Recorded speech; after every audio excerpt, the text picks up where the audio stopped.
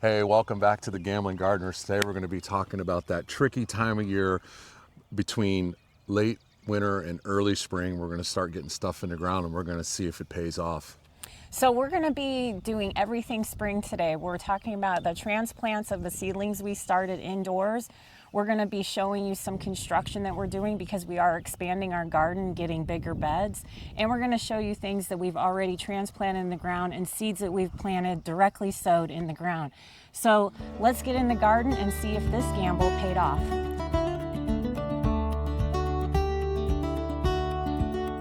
All right, so this is a safe bet. These garlic made it all through the winter. This variety is hard to say, but it's Allium Garlic Ichilium Red Organic. I got these from Park Seed. They are looking fabulous. Look at how strong and green they are. If these guys do anything like they did last year, we are gonna have a really nice crop of garlic. So to help them get that energy coming out of winter, their kind of dormant stage, you want to make sure that you use an organic fertilizer. An all-purpose should be just fine. All right, so these onions made it out of winter. They're doing pretty good. The crop isn't as good as we had hoped because there was a whole row back here of onions when I planted them from seed, but those petered out. We've also got some leftover strawberry plants that we might transplant. I'm not quite sure yet, but same thing with the onions. Just make sure you give them a good fertilizer, as soon as they start coming out of their dormant stage. We've also got onions over here that I planted from seed, and the seeds did not come up until now. So we've got a couple of big ones that made it through winter, but we did not really see any of these guys come up until probably like 3 or 4 weeks ago. But again, they were seeds planted in November of last year. Now it's March. So again, with the fertilizer, you can see I tried this little trick. These are pumpkin rind. I just took a pumpkin and fall and I sliced off the rinds and I stuck it around the onions, and it's supposed to give nutrients, kind of like a fertilizer for the onions. So these were our safe bets, the things that we planted last year and they made it through winter. One of them is something we just tried this past year. We don't have a ton of them, but I am betting that these are going to be okay. These are our leeks. We've got a little bit of weed situation, almost like a ground cover here, but they're doing pretty good.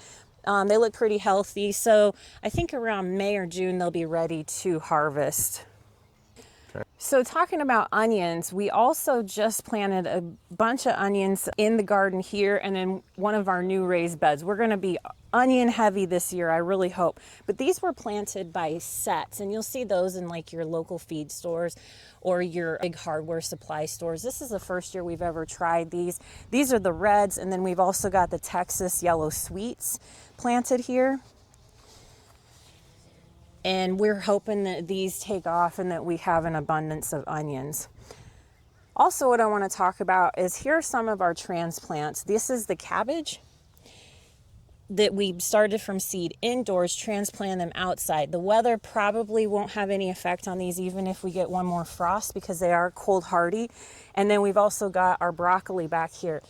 We are doing terrible with our brassicas. We are having such a hard time. It isn't the outdoor situation that is the problem. We are having a hard time getting them to germinate when we plant them from seed indoors. So next year we're going to probably triple up on what we're planting and see if we can get more in the ground. I did want to point out here we have a mystery plant. We're not quite sure what this is. We're thinking it is rhubarb, and how it got over here we're not sure, but if that's the case, I'll leave it there and let it do its thing over and over again because it is a perennial and we want to see how that works. So in one of our new beds here, I've already direct sowed some carrots, some beets, and some radish. We've got in the middle, this is the Danver carrots. I love that variety. They did so great in our harvest last year that I actually harvested in January. They were big, they were delicious. And I've planted the Detroit red beets over here and then the cherry bell radish over there. All right, so in this bed, what I'm gonna be doing is planting celery in the middle when it's ready to go in. We have our plants in the greenhouse, they're hardening off. They were planted from seed. And on the outside, I've already planted the snap peas. They're the Cascadia snap peas, and they're gonna be trellising over the celery. All right, in this bed here, we got a ton of strawberries in here. We got different varieties going on here. We got Juneberry and Everberry, and I would be lying if I tried to point out which ones are which, but I do know that we did just get some new ones. They're starting to come up nice. We got these are the bare roots. We got these from Park Seed. They look like they're starting to do really good. The larger ones are ones that we transplanted from a bed over there that we were showing you with some of the onions in. I had corn in here last year and I really wanted to rotate it, so we cleaned up that bed, brought the strawberries over here and planted them in here, and we'll see how they go. They look like they're a little bit behind, but they're starting to catch up. One of the things you want to do for your strawberries early in the season is any of your berry plants, you want to get some good balanced fertilizer on it. I put a 10-10-10 on this one a few weeks ago. I saw someone on the internet that said really around March 1st is really when you want to get your fertilizer on your strawberries. So it was right around that time that I got them in and watered them in. They look really good. I have so many in here, I can't even tell you how many plants are in here. So this is going to be too much. We haven't had a really good crop of strawberries, so maybe this is the year. And then obviously I had a whole bunch left over, so we just stuffed them in this pot here that we'll see what happens. We might be able to, what's great about strawberries, you can pretty much grow them anywhere. If we wanted to, we could move that up to the porch or whatever. And then over here in our greenhouse, we moved, like Rhonda said, we moved some stuff out here just to, first of all, we're running out of space inside, and then we kind of need to, these are some stuff, these are, a lot of these are cold weather stuff that we can get in the ground, but some of them are, you know, we got to wait till we get, till the weather warms up. So we got some nice celery going in here. Look at this, looks fantastic. We got some cone flowers, some salvia, some more blanket flowers. We got our, I know a lot of people don't do it this way, but we were just kind of interested. These are the zinnias. We're going to plant those in just one bed, just kind of group them all together. We got some, what are these ones called? Moonflowers and morning glories. So we try to just do some different stuff with seeds this year, and we got some a lot of herbs growing over here, some rosemary, oregano. This is kind of what we're doing right now, and probably in about, I don't know, next week, we got some cold weather coming up that's going to kind of lower the temperature in here too much. I'll start bringing my tomatoes out here to put up in here, so kind of get them used to the warm temperature out here. And what we do is when it gets too hot in here, we do have a fan that we turn on and just to kind of move the air around in here just to help keep it a little bit cooler. But everything seems to be doing really well in here. It's kind of a, you know, people talk about hardening off. Ours is a little bit different. We probably rush them out here. We really, this time of year, you have more cool temperature. So we were kind of like, okay, they'll get the warm temperature in the afternoon and then the cool temperature at night to kind of harden them off. I know people go through this hardening thing, 2 hours outside and 3 hours outside, 4 days a week. We don't have time to do that. We have full-time jobs, so it's kind of hard for us to put something out and then move it back in. So yeah, you can see we added these 2 beds this year. We're going to add a couple more. We're expanding on this area. And something I wanted to talk about, you know, you see a lot of these, I know our backyard seems pretty big. It is pretty big, but we're limited actually in the amount of space where we really want to put our fruits and vegetables because we are on a septic system and we kind of want to stay away from the leach bed. But the raised beds definitely help. But basically a 40 by 60 area, and it kind of shows you how much stuff you can get in an area that's 40 by 60, which, I mean, that's just about anybody's space. I mean, let's say, you know, this is all you have for a backyard, but it's amazing how much stuff you can get in here. But anyways, so we're expanding these beds. We got these 2 new metal beds that we don't, obviously we have wooden beds everywhere else, but we decided to try out these 2 beds. They're 3 by basically 8. They're a little over 8 foot long. You can see like where this part of the property where the existing boxes are now is pretty level. It does slope a little bit from right to left, so this box is quite a bit lower over here on the left. But where we ran into the problem is this part of the yard really starts to go down. So this bed over here is probably, I don't know, close to 5 inches off the ground in order to get level. So I didn't really like the way that it looked finished. I mean, we're going to mulch all this stuff in, so I decided to build these beds on the front of it that we'll fill with flowers just to kind of, you know, ease how out of level these things are from front to back. So that was kind of something I came up with yesterday. And then we'll put like we were just talking about, plant some zinnias in here, maybe on both sides just to give us a little bit of more flower. And then we are gonna put an arch that goes, you know, from here to connects both sides. we're going to, in the early spring, we're going to trellis some cucumbers off here, and then when our cucumbers are done, we're going to go to, what are we going to after our cucumbers? Melons. We're going to go to some melons and trellis them over top. We're just trying to do some things and just kind of we really enjoy what we're doing out here. So it's kind of like, just like anything else that you do, you get into it, you just keep coming up with all these ideas.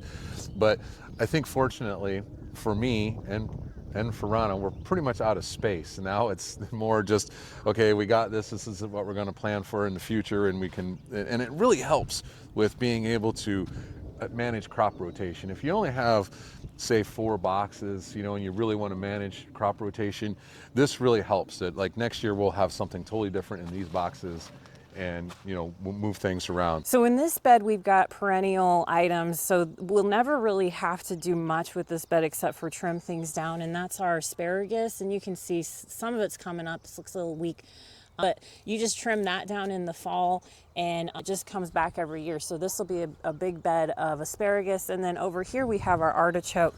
These things make it over winter. We did have 4 other plants in here. This is the only one that's coming through, but that's okay because it is going to be humongous, and I'll probably center it in a couple weeks, and it'll just be the only plant in the bed, but that's really all you need here. And then over here are some plants that we're not sure of. When I transplanted them, there was a frost, and I believe that that's what took them out, because we did have, more pepper lettuce. Well, I call it pepper lettuce. I had more Italian blend here. Now I've only got 1. And then we've got some Luna iceberg and then arugula. So in the spots where it looks like they're probably not going to make it, direct seeded Swiss chard. So hopefully we can make it. We can throw some frost cloth over. I think there's like 2 more frosts scheduled or on the calendar. We'll just see how that goes.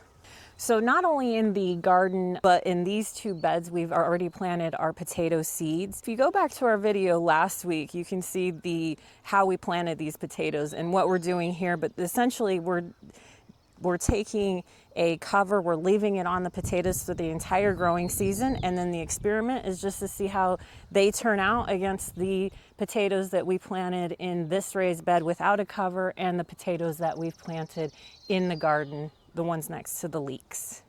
So one bed we don't really talk about a lot is pretty much our herb bed.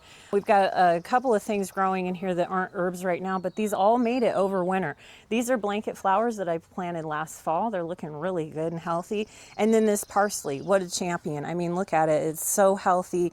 I seeded some parsley, but I really don't need it. I'm probably going to sell those plants. And then these are our 3rd year of chives for this one, and then our 2nd year of chives for these 2 plants. Love it. They look great. They taste amazing. One of my favorite foods.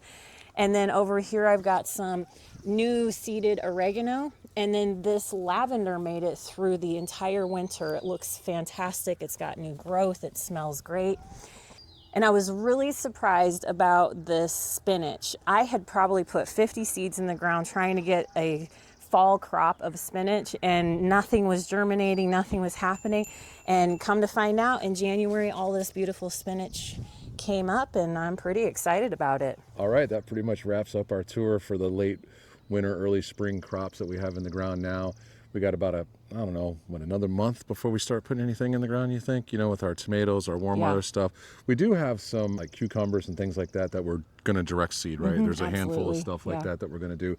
But we have some pepper still under the lights in the house, and probably close to 200 tomato plants. So if you live in the Raleigh area, look us up. I'll gladly sell you some tomato plants, because we're definitely not going to plant them all. So I hope you guys enjoyed it. And remember, come grow with us.